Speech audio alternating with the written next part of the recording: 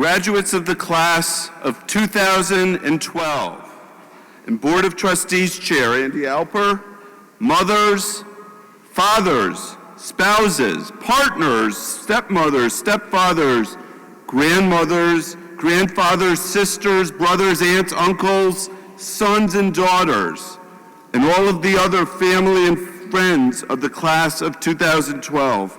I would like to welcome you to the 14th hooding ceremony of the University of Chicago Law School.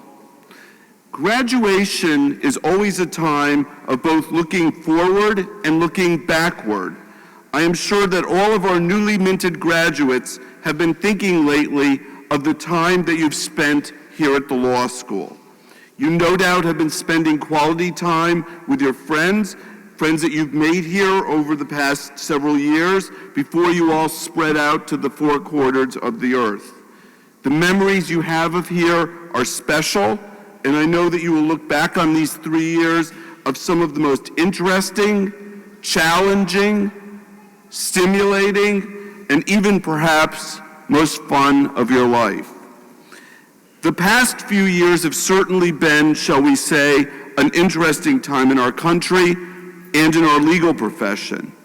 You arrived here just after the economy declined, and in the past 3 years, you have seen, and in some cases experienced, the profound changes in the legal profession that have occurred because of that decline. All of you have been, while you have been here, have seen major events transpire. You've seen earthquakes, floods, tornadoes, people stepping in to help as the waters receded, uprisings in support of democracy all around the world, economic woes threatening the stability of economies throughout Europe and the entire world. You've seen one member of our community struggle to lead our nation, and another confirmed to the Supreme Court of the United States. You are all taking your degrees out into a world at an extraordinary time, and we here on the faculty are very proud of you, and we're proud to know that you will be representing our great law school out in the world. Until you begin to move your gaze from looking backward to looking forward, you probably won't internalize all of what your Chicago law degree and your Chicago law experience means. You have been immersed for a while now in, quote unquote, the Chicago way of thinking, of being, of doing, and you may not know it yet, but you truly, how wonderful and transformative this experience has been. When I go around the country, and indeed when I go around the world, and I meet with our alumni, they make this crystal clear to me. This place is life-changing. From the first day here, from the first day in their first class, they begin to think differently. They begin to approach not only law, but the world in new and exciting ways. Chicago lawyers are part of a proud tradition, and not all law schools share that tradition. That tradition is it is not your background, it is not your history, it is not your political affiliation, it's not your station in life that matters. It is all about the quality of your ideas and your ability to express them, your ability to defend them. That's what matters here. From the day you arrived here, you became part of that tradition, and I promise you, it will stay in each of your lives for the rest of your lives. You are also becoming part of the Chicago law community, really the Chicago law family. Your classmates and now are going to be the people that you trust in your professional life, the people you go to when you need local counsel or a consultation or advice with life's problems. You will come back to your favorite professors here, hopefully again and again, to talk about new ideas and to share with them both your personal joys and professional successes. With any luck, you'll even answer my telephone call when I come to visit you. hopefully. Basically, you are all stuck with us forever, and I, for one, am glad of that. Today is a day of great joy and enjoyment and celebration. Today, we send you out into the world to become lawyers of every stripe, judicial clerks, government attorneys, public interest lawyers and private practice lawyers, business people and teachers. Today, we're going to start you out on a journey where you will become not just leaders of the legal profession, but leaders of the world. As you go forward, do so with a happy glance backward. Take with you from here the tools that will help you to do great things that everybody up here on this stage believes you are capable of doing. Take with you the friendships that will give you the strength to weather any storms, and the memories that will encourage you all to come back and to visit us often. We are all proud of you, and we will miss you all very much. Now, I could not be more delighted than I am today to introduce to you our distinguished alumnus for 2012, Dan Doctoroff. At graduation time, you're going to hear lots of advice. You probably have already heard some. I just gave you some from people dressed in funny-looking robes with strange hats on them. Let me add another bit of advice to the mix. It's advice that was given to me by my mother. She repeatedly told me as I was growing up that the world is a small place. You will meet people and then you'll move on. You may even leave the town that you were in. And then you think that you're really not going to ever see that person again, and that they may not be meaningful to you in the rest of your life. But you will often be wrong about that. And Dan Doctoroff, for me, is one of those examples that proves something that I keep hearing about constantly in my life, that my mother is one smart cookie. Now, I first met Dan over 10 years ago when I lived in New York City. I was a professor then at a local law school and head of an urban research center. Dan had recently been appointed the deputy mayor of New York City, who was in charge of planning, housing, and economic development. I got to know Dan fairly well in the context of my research, which was in housing, and I was obviously very impressed with all of the things that he did at the time for New York City. Dan was the driving force of New York's resurgence after 9/11, leading the city's housing, land use, and economic development initiatives. He built an amazing legacy of achievement that even today is being realized as the World Trade Center towers emerge from the rubble, as over 100,000 units of affordable housing provide decent homes for countless numbers of families, and as the west side of New York is planned out and built out. I moved away from New York in 2004 to take the deanship of UCLA Law School, and Dan and I didn't see each other until I moved back here in 2009 and assumed the deanship here. Dan is a graduate of the class of 1984 and was one of the very first alumni that I met with when I came here. He immediately became a very active leader in our community, chairing our Business Advisory Council, which has put together a new and very exciting, ambitious business program, which is yet to be announced. He became a trustee of the university and co-chair of our law school's upcoming financial development campaign. Oh, and did I forget to tell you, Dan has a day job, and it's pretty demanding. In 2008, Dan joined Bloomberg LP as president and was appointed its CEO in 2011. He has led the company through the current financial crisis, enhanced its technological edge, and strategized acquisitions such as Bloomberg Business Week that make Bloomberg one of the most exciting and dynamic companies in the world. As I stand up here right now, I am grateful for two things. First, that I apparently listened to my mother and behaved myself when I first met Dan 6 years ago. And second, that I'm dean of the law school, able to introduce the winner of our Distinguished Alumnus Award of 2012, Dan Doctoroff.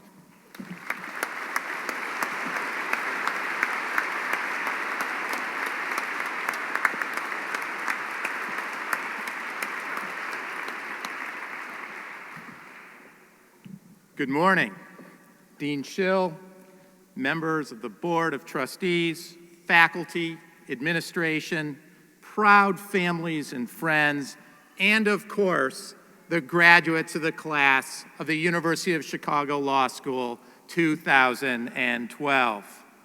I am genuinely honored to be here with you today. 28 years ago, in 1984, when the telephone was the social medium, when Walmart was an emerging market, when Madonna was still a virgin, when the Cubs still hadn't won the World Series, I sat where you sit today and asked myself the same question you are likely asking yourself now. Is this the best speaker they could get?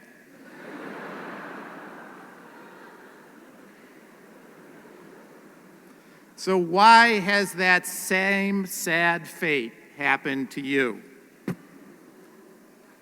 I can't imagine that it has anything to do with the fact that the very clever, but not very subtle Dean Schill has also asked me to co-chair the law school's yet to be announced capital campaign. Nah, couldn't be. It can't be that I was a paragon of legal scholarship here at the law school. I still have nightmares about the rule against perpetuities question on Professor Helmholtz's property final. No law review for me.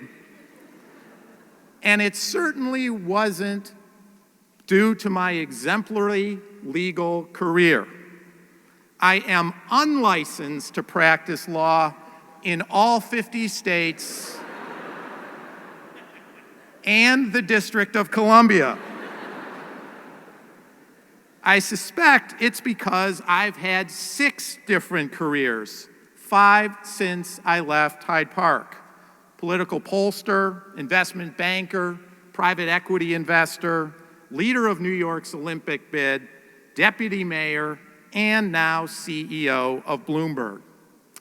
And although I seem not to be able to keep a single career, I am convinced that the education that I had here was essential to the many careers that I have been fortunate to have. Certainly, the academic program here gave me the essential tools. From the Bigelow writing program, I learned that I really hadn't learned to write at all as a Harvard undergrad. From the smartest group of people I have still ever seen collected in one place, the faculty, I was terrified into constantly challenging my assumptions, looking deeper into every question, and then articulating thoughtful answers in real time, some of them correct. And it was here on this campus, braving the midway winds, that I received the most valuable part of my education from my classmates. For some of us, Chicago may not have been our first choice of law schools. For others, it was the only choice. What is true for all of us is that it turned out to be a wise choice. We succeeded and failed together. We were intimidated together. We gained confidence together. The tone was set right from the beginning. No one from the class of 1984 will ever forget what happened on the 3rd day of contracts, since we all took it together. Our professor was now Justice Scalia. When he asked a question about the obscure 18th century case we were studying, a few hands in the first few rows shot up. He called on Mr. Miller, who in a classroom packed with insufferable overachievers had already managed to distinguish himself as an insufferable overachiever. Miller paused for a moment, puffed out his chest, and then proceeded to quote from a 17th century case that had been cited in a footnote to the opinion. The entire class gasped in horror. He actually read the case cited in the footnote, we all thought to ourselves. Why hadn't I thought of that? Leave it to Nino, as Professor Scalia was known. Miller, he exclaimed, what are you doing? Miller stammered. Well, Professor Scalia, I was just, Scalia cut him off. Ah, Miller, he said, I never read the footnotes.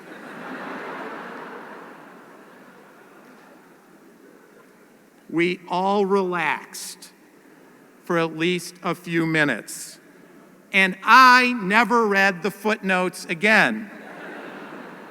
Perhaps also explaining why I didn't make law review. It wasn't just in class that we learned from each other. We pushed each other and generally supported each other in study groups and just hanging out in the Green Lounge. Let's face it, those wine messes really work. What a genius concept. Give enough alcohol to the students and faculty on a Friday afternoon when there really isn't anywhere else to go, and everybody drops their guard and gets along famously. But I don't want to talk about my law school experiences or yours. Today is more about moving on than looking back. Now, I know that 98.2% of you have jobs to look forward to, so I'm not talking about what you're going to do after you pass the bar exam this summer, which statistically about 98% of you will also do. All of you have made it to this place because you did well in all of your subjects in high school, on your SATs, in all of your college courses, then on your LSATs. To be offered a spot here in a class of fewer than 200, along the way, you had to be really good at everything you did. Reading comprehension, analytical reasoning, logical reasoning. From your first day of kindergarten, you never met a curve that you couldn't bust. So far, you have been wonderful generalists. As of today, I hope you have the confidence to stop. I urge you to stop trying to be good at everything. We get it. You're all very good. In a world that is increasingly specialized, being a generalist just doesn't cut it anymore. At some point in the future, and I would suggest the sooner the better, you are going to have to figure out what makes you great. Not someone else's idea of greatness, not society's idea of greatness, your own greatness. If being 53 years old has taught me one thing, it is that nearly everyone is endowed with at least one God-given gift that makes them indispensable. In the end, your true greatness may not always be the one that you want, but by now, it's yours. The faster you discover it, the more content you will be. For me, it wasn't until I was onto my 5th career as deputy mayor that I recognized my gift. I finally understood that each of my seemingly disconnected careers required weaving a compelling strategy around large volumes of data to solve a particular problem. Whether it was for a candidate trying to win office, a company going public, or finding a way to rebuild ground zero. But the question remains, how do you find your greatness?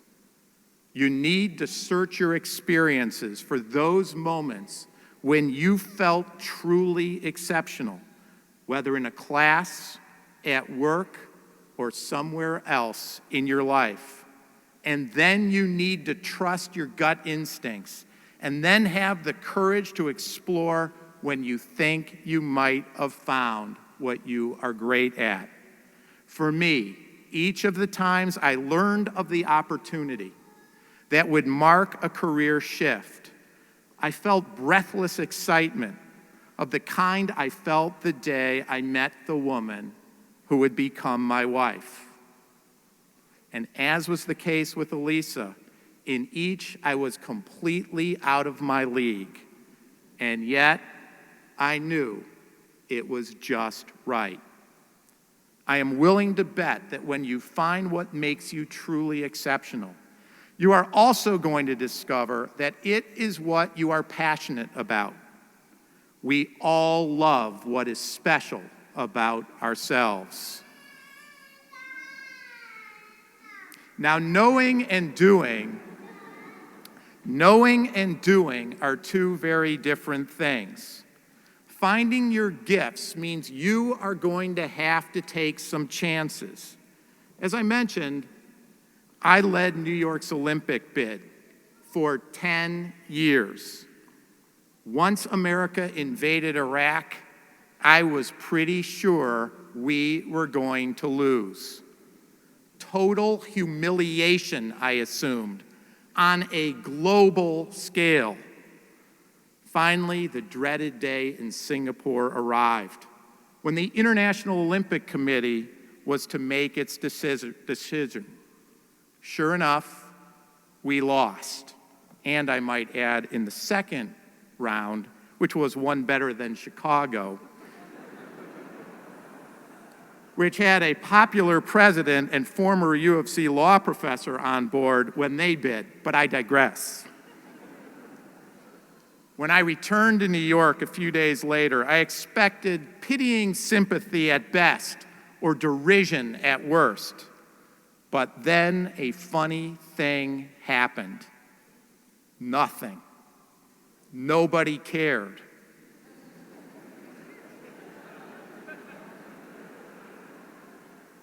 It was at that moment that I learned the most valuable lesson you can ever learn.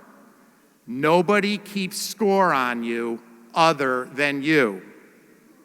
And its corollary, show me someone who has never lost, and I will show you someone who hasn't taken enough chances. Even when you lose, you win. If I hadn't started the failed Olympic bid, I wouldn't have met Mike Bloomberg. I wouldn't have become deputy mayor, and I wouldn't be leading Bloomberg today. If only I had known about this loophole in the rule of careerism, I might have set my sights on failure decades earlier. I mean, just imagine, I might have been the mayor of New York, and some guy named Bloomberg would be running Doctoroff LP. Right now, many of you must be thinking, gifts and passions are great, but what about those loans? It's easy for me to tell you to take chances now, to not waste the next decade of your life before kids, before a mortgage, before all the furniture of your life arrives, and before the actuary in you starts making points that you can't help but agree with. But they're not my loans. Undoubtedly, you have to find a way of harmonizing what you suspect is your true greatness with your passion and your passions with the practical realities of your life. But I also think you need to know that following your heart gets harder. I saw this vividly when I was deputy mayor. I recruited the smartest, most talented, and committed people I have ever had the good fortune to work with, from law firms, investment banks, consulting firms. But never once was I able to recruit people, even to the great cause of rebuilding New York after 9/11, if it meant that they would have to change their lifestyles to come into government. I could recruit the best of the best, even for a lot less money than they'd been making before. But if they were going to have to change the place they lived, the vacations they took, or where they sent their kids to school, as they say in Brooklyn, forget about it. The next few years is the best time to lace up your boots and go stomp around a bit, never seeking what makes you happy, or at least trying to figure it out, is real failure.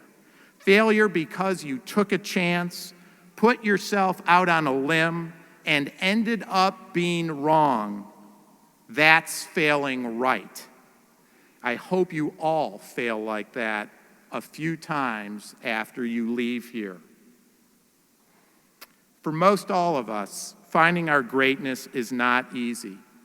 The truth is, it should be hard-earned. Even Buddha got that. He said, your work is to discover your work, and then with all your heart to give yourself to it. But when you do, rest assured that there's always a place for minds like yours to thrive, to lead, to teach, to govern, to manage, to litigate.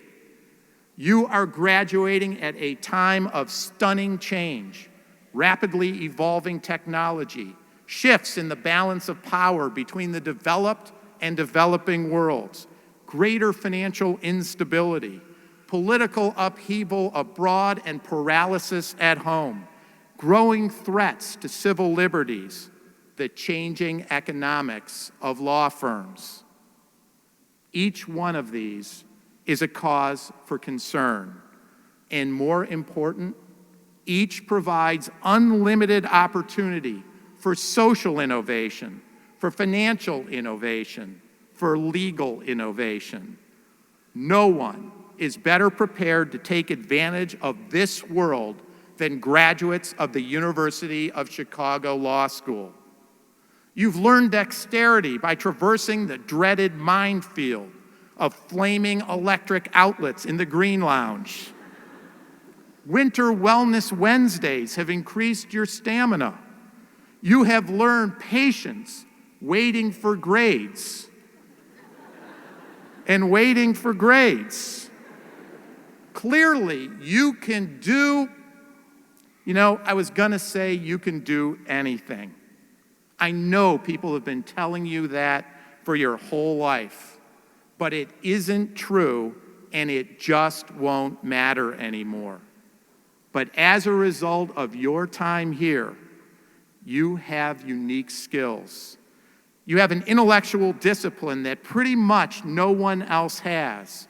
You have learned to challenge traditional assumptions about the way things should be, and you communicate your ideas precisely and compellingly.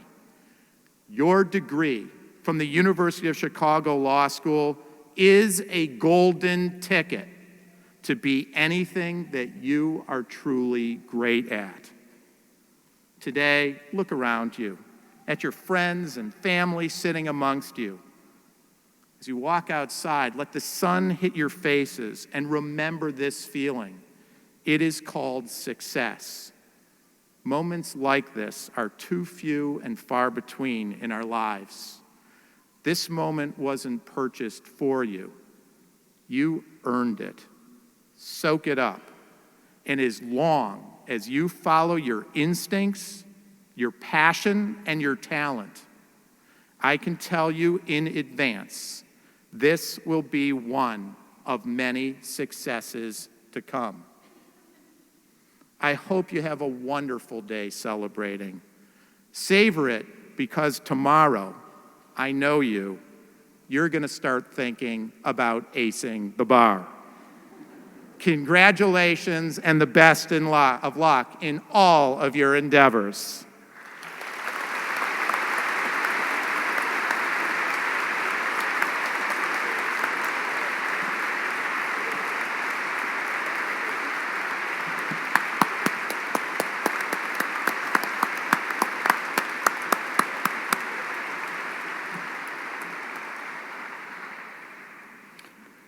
It is now my honor and my pleasure to introduce to you our faculty speaker, Professor R.H. Helmholz. I know that to our newly minted graduates, he needs no introduction, but your guests have not yet had the pleasure of having eyes fixed on you in class, so I'm going to provide some background. R.H. Helmholz is the Ruth Wyatt Rosenson Distinguished Service Professor in Law. He came to the University of Chicago in 1981.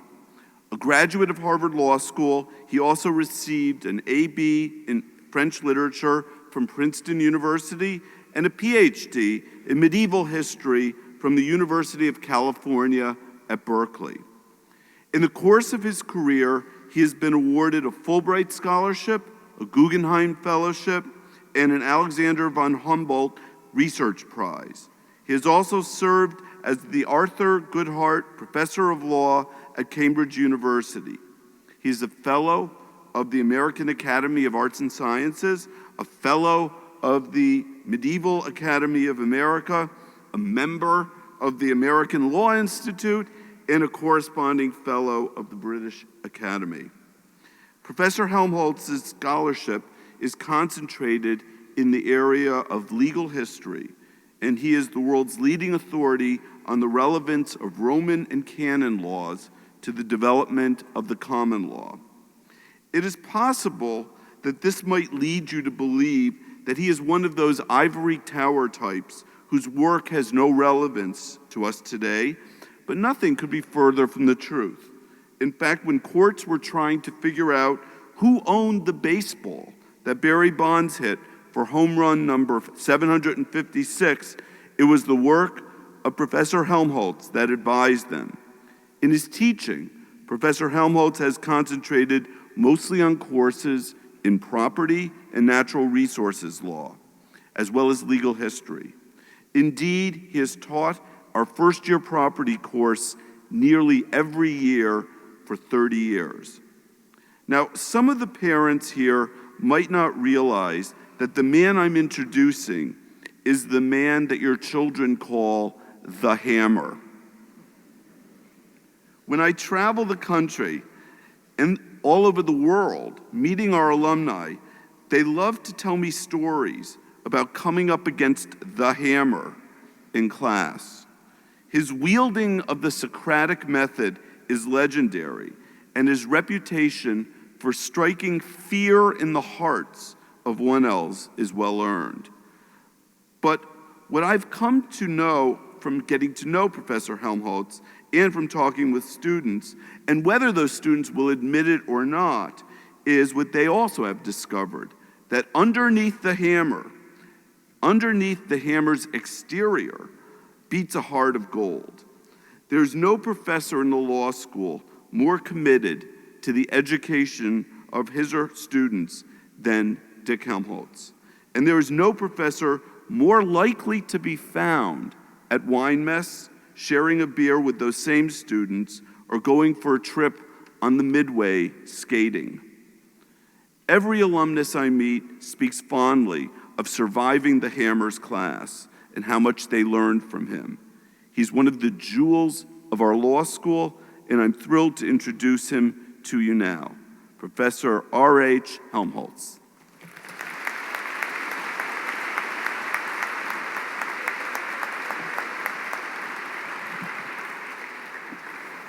Thank you, Mr. Dean.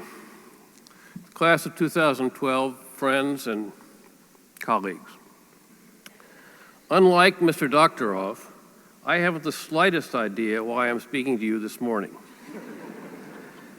And from the point of view of a dean who wants to tout the comparative excellence of his faculty, it seems like a dumb choice. I do know that when he asked me to speak to you briefly this morning, our dean first cautioned me that I must on no account call on any member of the graduating class as part of my remarks. I had no choice but to agree, so I asked him whether I might give an assignment instead. He said that I could, as long as it was not onerous and could be completed before you received your diplomas. So I will. I assign you this task. Look first to the person on your right. Then look to the person on your left. Both people you know, I trust. Chances are, after today, you will never see one of them again.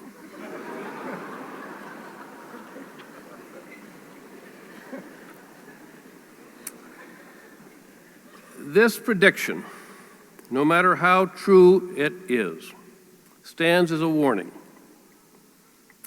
It need not be so. It need not be fulfilled, and you can avert it by making an effort. I hope that you will in fact make that effort, and that hope is the source of what I want to call to your attention briefly this morning: the value and importance of friendship in your lives. You won't have heard much said about it, that is friendship, in the course of your studies here. But I trust that you've made friends during your 3 years with us. My own perception is that you have, though I have little more than anecdotal evidence from forays into the Green Lounge to prove it. I do know that friendship is a natural result of shared experiences. And I do know also that it's a normal part of such experiences at schools and colleges, even the University of Chicago. M.R. James, the great English medievalist, said that he had only 2 goals in going up to Cambridge. First, to discover things of interest, and second, to make friends. My assumption that you have all done both of these in your 3 years with us. And I remind you of Dr. Johnson's admonition that we must take care of our friendships. We must keep them in constant repair. If not, he warned, we'll soon find ourselves alone. Now, the friendship of which Dr. Johnson spoke is not altogether irrelevant to the profession that most of you will be entering. As any person naturally owes a special care to his friends, so it is that lawyers owe a special care to their clients. They may legitimately prefer the interest of their clients to the abstract claims of humanity, just as all of us favor the claims and interests of our friends.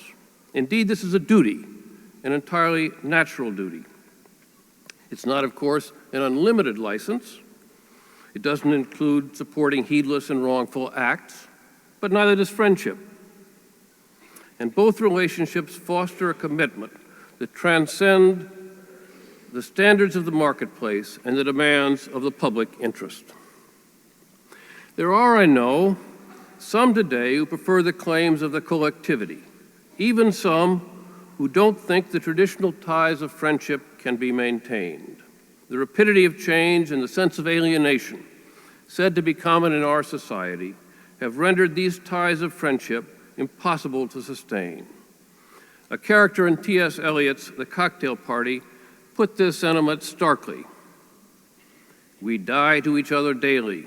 We must also remember that at every meeting we are meeting a stranger.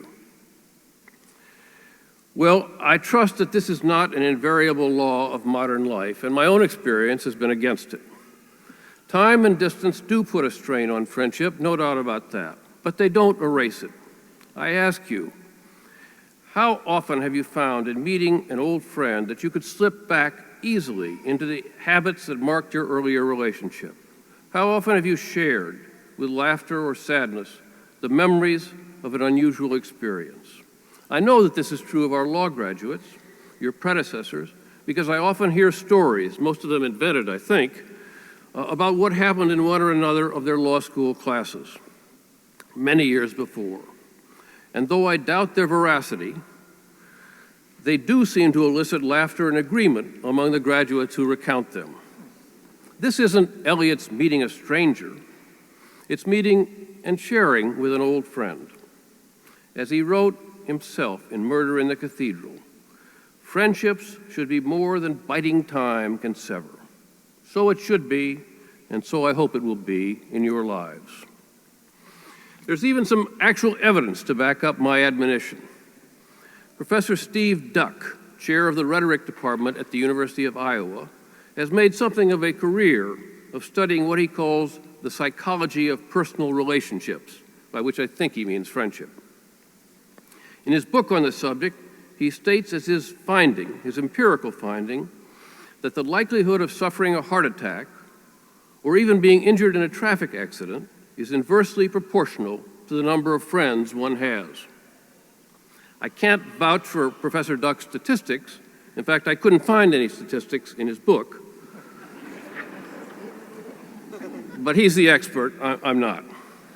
And this is his emphatic conclusion about the consequences of personal relationships.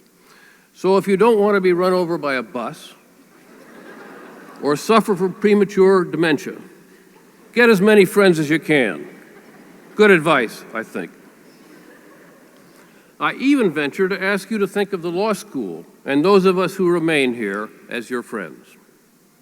The interest we have had in you and will have in your future lives qualifies, I think, to be at least potential friends. So have our efforts to help you learn to be good lawyers. We were, it's true, originally thrust together by chance and by the vagaries of the LSAT and the U.S. News and World Report. But how often, as a general matter, friendship grows from a combination of chance and shared experiences. So I wish it may be with us. In thinking about the future, I confess that a famous dictum of Mark Twain's has struck a cautionary note with me. Twain wrote, "Friendship is of so enduring a nature that it will last a whole lifetime, if not asked to lend money." Now, there has been, I know, something of a caste nexus in our relationship.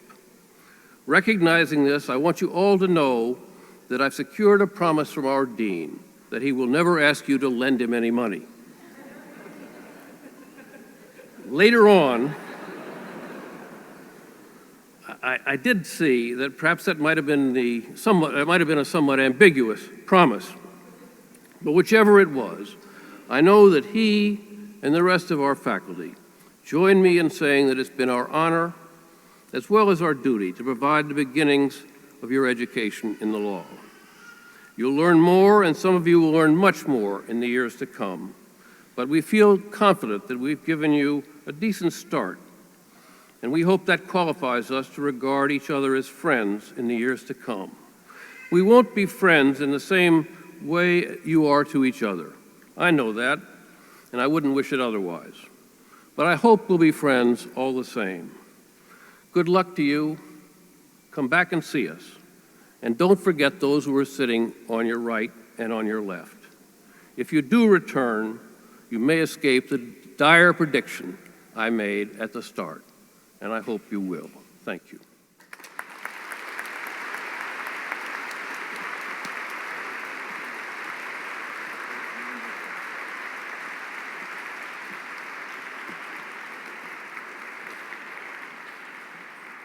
Thank you, Dick.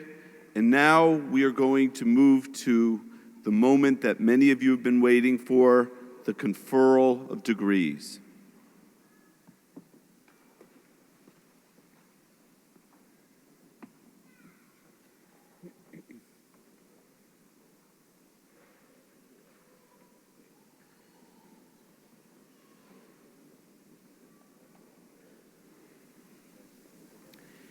Dean Schill, it is my honor to present these students who have completed the program of studies prescribed by the faculty of the law school. They have been awarded the degree of Master of Laws by the Board of Trustees. I congratulate these graduates on the successful completion of a program of advanced study in the School of Law, culminating in the degree Master of Laws. Will the graduates please come forward to receive your academic hood and with your diploma as I call your name? Akil Aurora.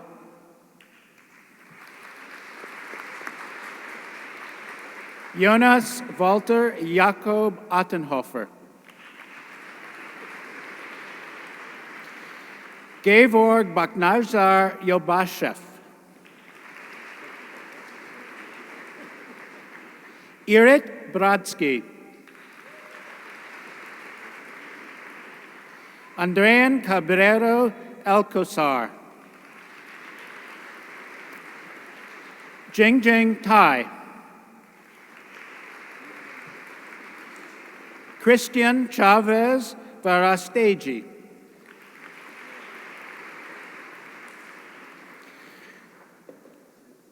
Chenji Chen.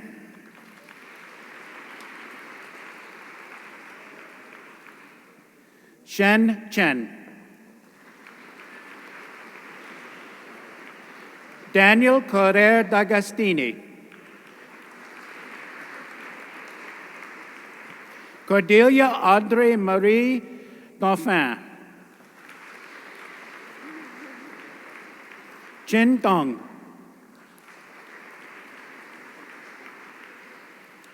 Pedro Echeverria Faz.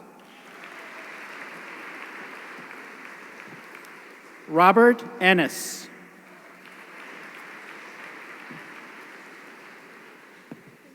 Raphael Fleischer.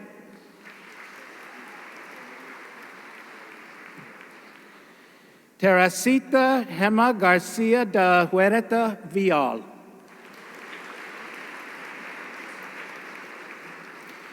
Agustin Alberto Maximo Garcia Sanz. Carlos Eduardo Gazio Diaz-Bello. Chen Gua. Manuel Ajivas Perez. Grace Moro Beryl Hansen. Mikhail Simon Heupley.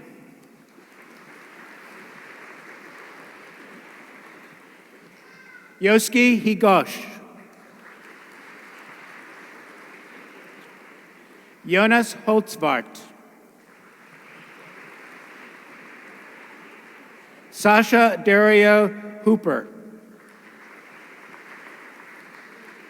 Doris Hutzler.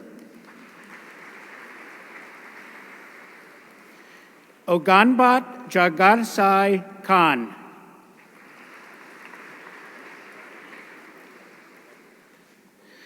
Mario Alexandro Kemp Gonzalez. Mai Kikuchi. Ananat Laxman.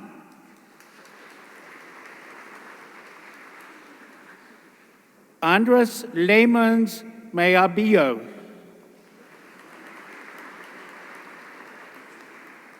Benjamin Carly Licenter.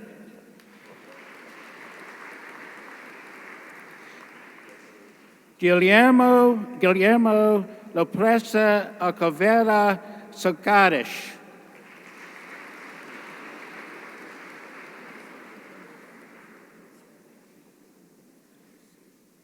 Chensu Lin.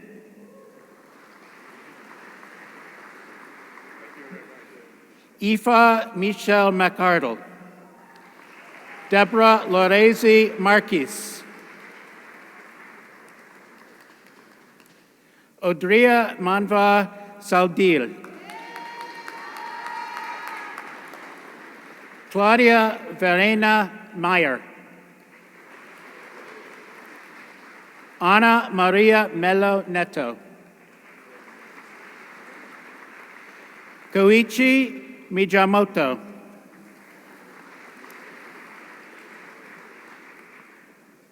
Maria Faz Isidora Munoz Pizarro. Nobuhito Muto.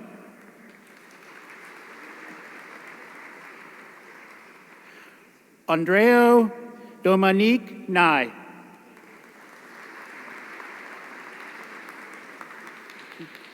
Tomoyuki Oka. Pramuda de la Azer Oktayinada. Brendan Lawrence Orr. Andreas Jonas Peepers. Azar Asef Kazi. Sebastian Ramos Olano. Stefan Ani Rachello.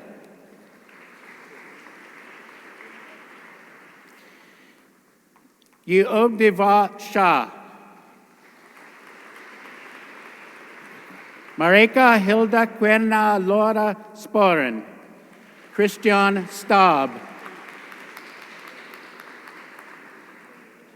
Hideaki Suda. Tokashiga Sujimoto. Chao Sun. Koichi Tojo.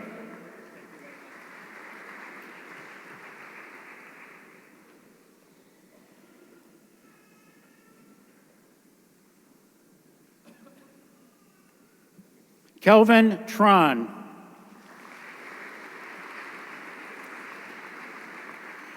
Masanori Sujikawa. Alfonso Ignacio Ugarte Cisfuentes. Mayasa Abreom Yavars Versola. Yuen Sven. Le Yi. Yuen.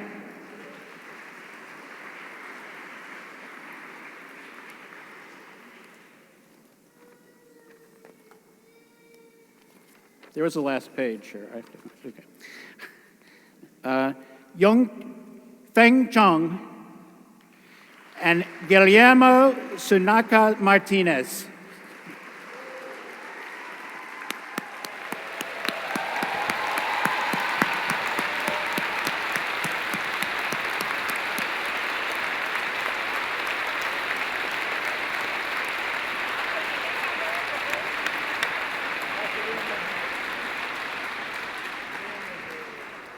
Dean Schill, it is my honor to present these students who have fulfilled all of the requirements prescribed by the faculty of the law school to qualify them for the profession of law. They have been awarded the degree of Doctor of Law by the Board of Trustees. Congratulations to these graduates on the successful completion of a program of study at the law school, culminating in the degree of Doctor of Law. Will the graduates please come forward as I call your name to receive your academic hood and then your diploma? Sarah Jean Arndt.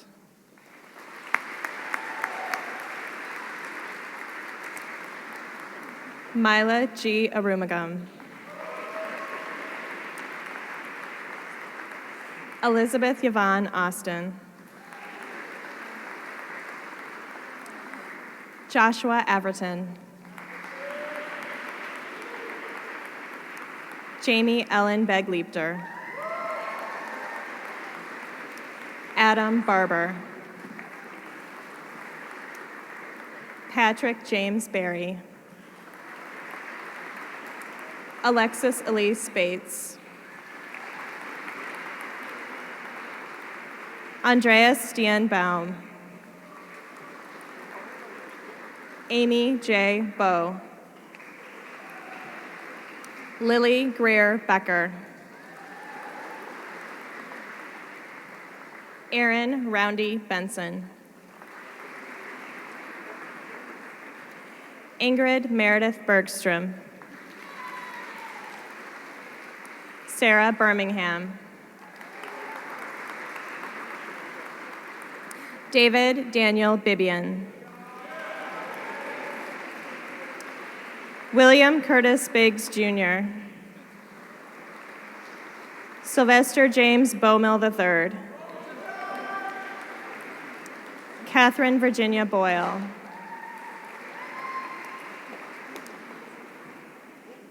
Kevin Lee Brady. Shai Daniel Bronstein. Laurel Mariah Carnes. Michelle Marie Carr.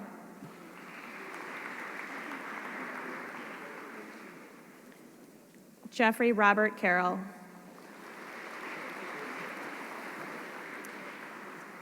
Patrick James Castle. Monica Christine Castro. Miles Chan. Sarah Christina Chandrika. Brent Andrew Chatham. Lisa Patricia Christensen Gee. Blake Austin Clardy.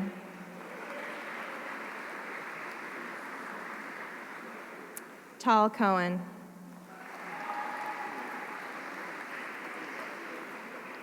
Ryan J. Copeland. Caitlin Elizabeth Courtney. Joshua Craven.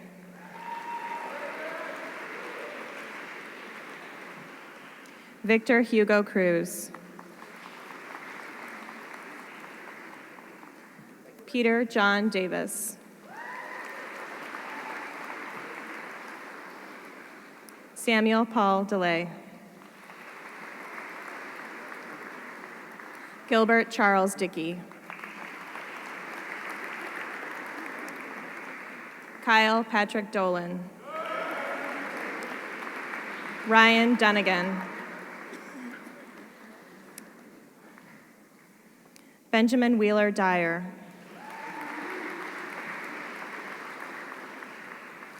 Justin David Dykstra. Robert Earls.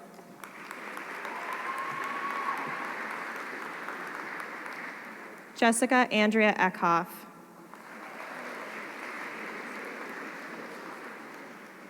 Sheldon Andrew Evans. Valerie Page Farnham.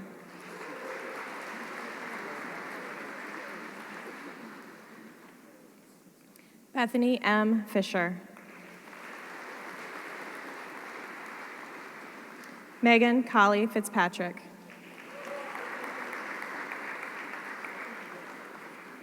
Benjamin Michael Flowers. Justine Colette Fox Young. Yulia Michelle Fradkin. Mark Stephen Geiger.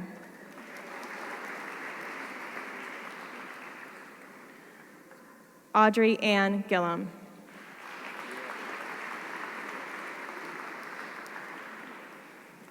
Jason Bradley Gott. Kelly Ryan Graff. Ari Philip Gray.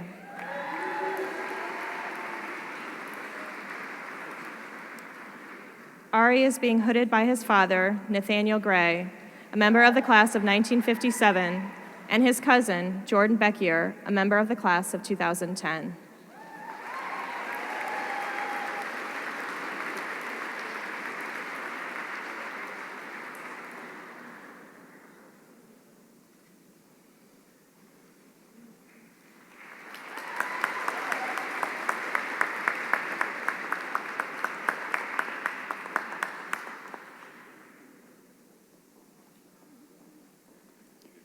Wesley Michael Griffith.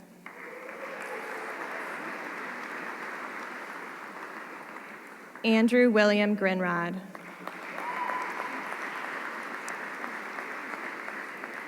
Timothy Wood Grinsell.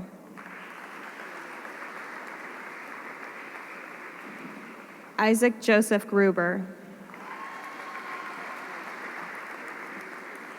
Winston Howe Gu.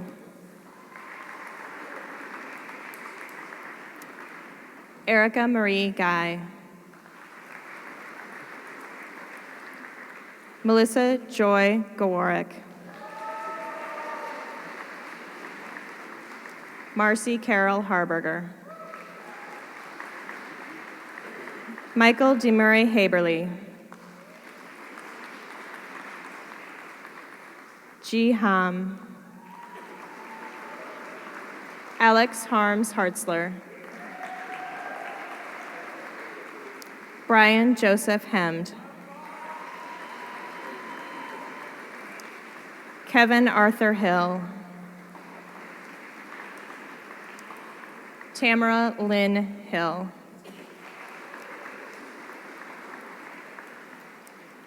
Eileen Jessica Ho.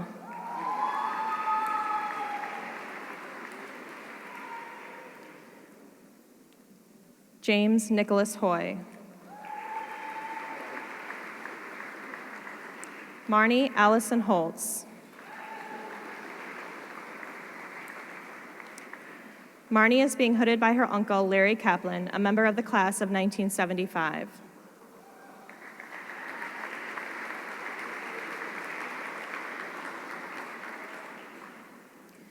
Julia Ann Horwitz. Jeffrey John Hulskamp. Tracy Janelle Irvin.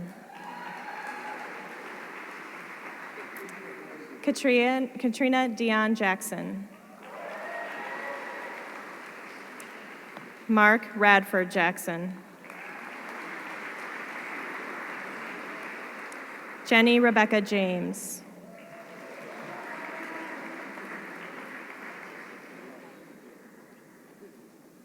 Sigrid Ursula Jerned.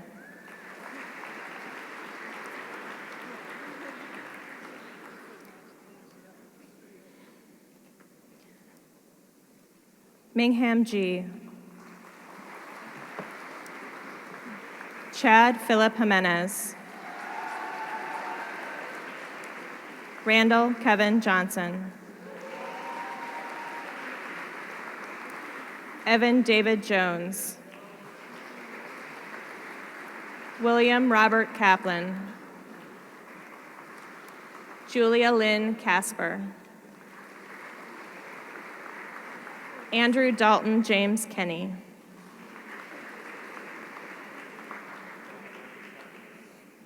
Christine Kim.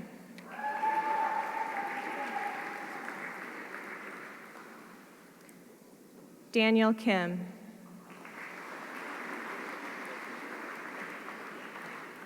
Nam Suk Kim. Gabriella Kipnis.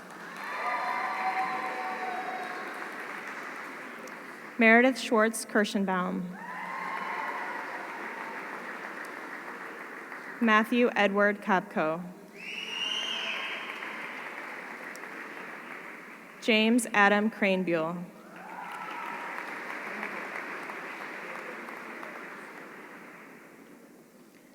Claudia Chi Yin Lai.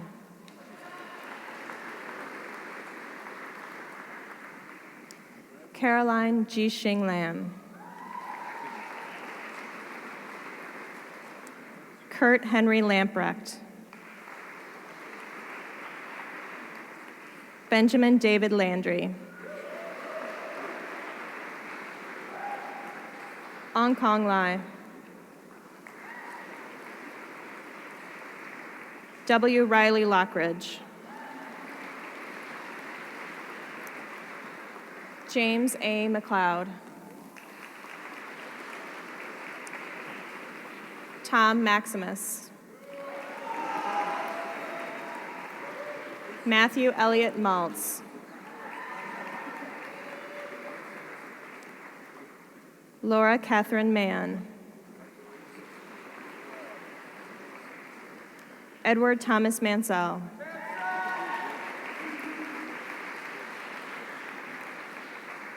Douglas Nelson Marsh. Kyle Anthony Martin. Jeffrey Andrew Mason. Kristen Lynn McKeon. Ross Philip McSweeney.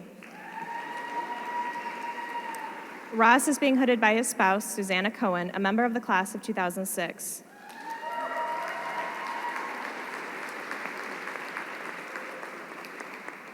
Madhavi Latha Menon. Corey Ross Miggins. Allison Ann Miller. Marion Norris Grabarick Miller. Melanie Michelle Mills. Daniel Michael Monaco. Christopher David Montgomery.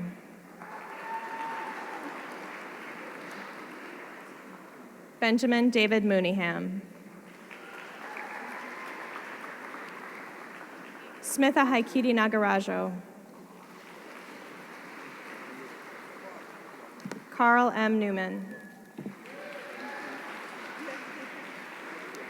Richard Dennis Ng. Abigail Claire Nobles. Cheryl Amanda Nolan. David James Ogles. John Charles Keller O'Hara. Robert Henderson O'Leary. Emily Marie Olson. Alexander Pape Orlowski. Irene J. Pack. Ellen Park. Joshua Matthew Parker. Pravin Rajesh Patel.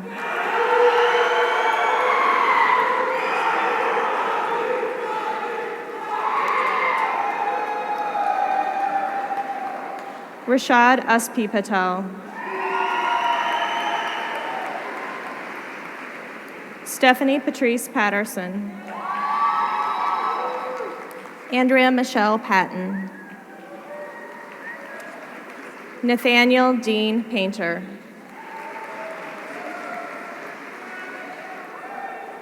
Amanda Gabriela Penabad. Christopher Donald Penhall. Sean Conrad Chundran Pillay. Rachel Alexis Plaskin. Kyle Andrew Pelker.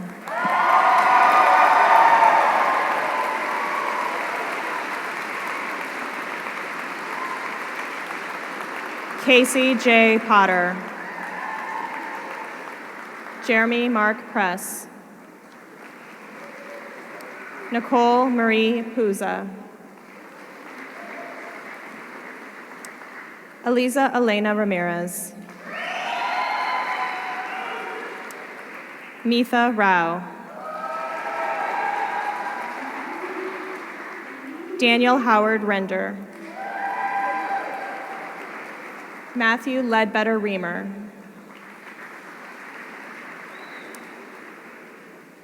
Eve Claire Johnson Rips. Christine Trufant Rourke. Erica Morbeck Roberts. Trenton Thomas Roberts. Amy Wilzinski Rodriguez. C. Zachary Rosenberg. Clarence Andrew Rowland.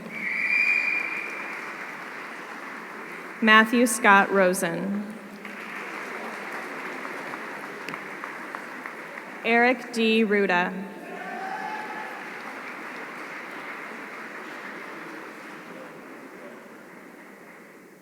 Thomas Jerome Ryan, Jr.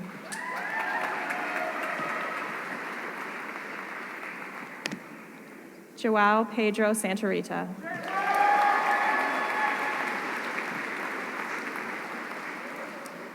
Neil Avishek Sarkar.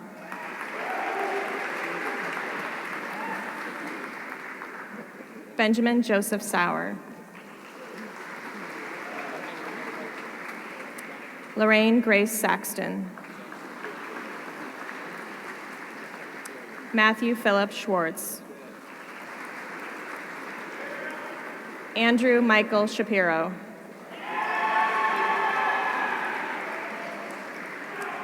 Connor Marcus Shaw. Linda Shimong Shi. Meredith Gordon Shull. Christopher Neal Skeen. Jamie Heather Somoza. Aaliyah Miriam Sonara. Andrew David Spruill. Christopher James Stacker. Megan McCall Steck. Jean Maria Sa. Teresa Ann Sullivan. Embassy Nicole Susbury. Nicholas William Terrason. Tara Lynn Tavernia.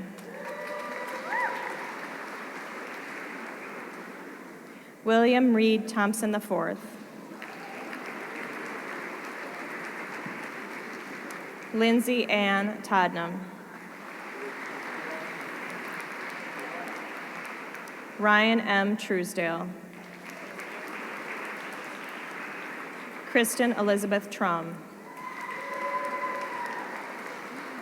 Helena Georgia Saragunas. Brian Ralph Vakari.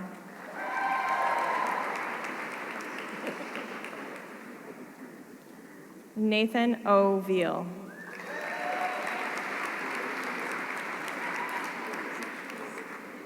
Christopher Michael Wall.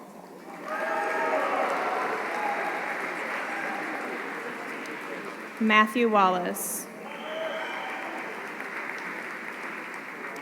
Ryan Joseph Walsh.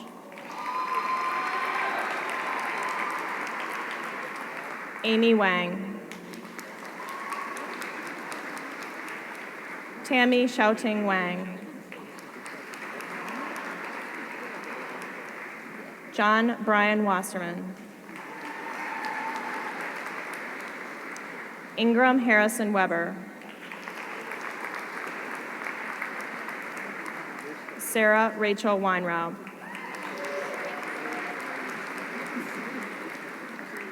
Stephen Ross Seelan Weissman.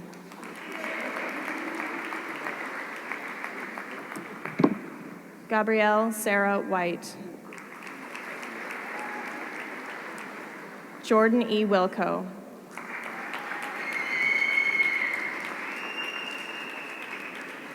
Jordan is being hooded by his father, Mark R. Wilco, a member of the class of 1974.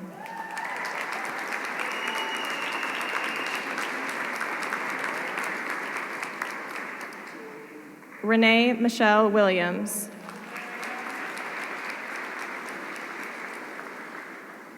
Michael Jaleel Williamson.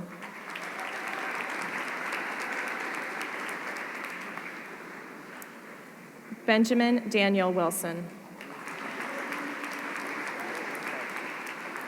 Molly Lauren Wilshire. Scott David Wolf. Kevin Paul Zazima. Louisa So.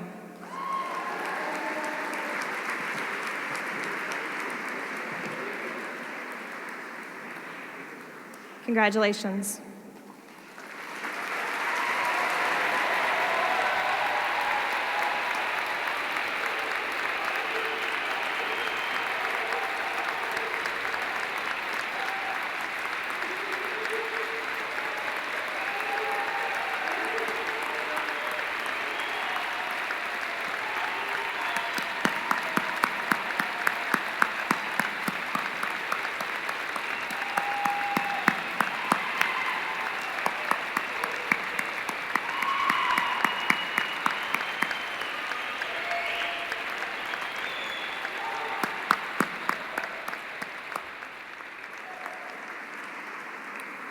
Congratulations to the class of 2012.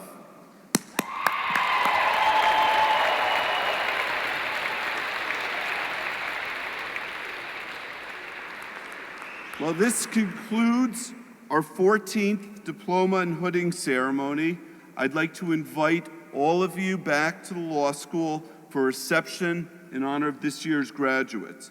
But before you leave, I'd like you to keep in mind that another ceremony is going to be coming in right after this one. So if you can, as soon as you exit, and please allow the people up on the stage to exit first, but as soon as you exit, please walk back to the law school and away from the building so the other group is able to assemble and come in. And I'd like, once again, to congratulate all of the members of the class of 2012 and wish them the very best in life and the very best in their careers. Congratulations.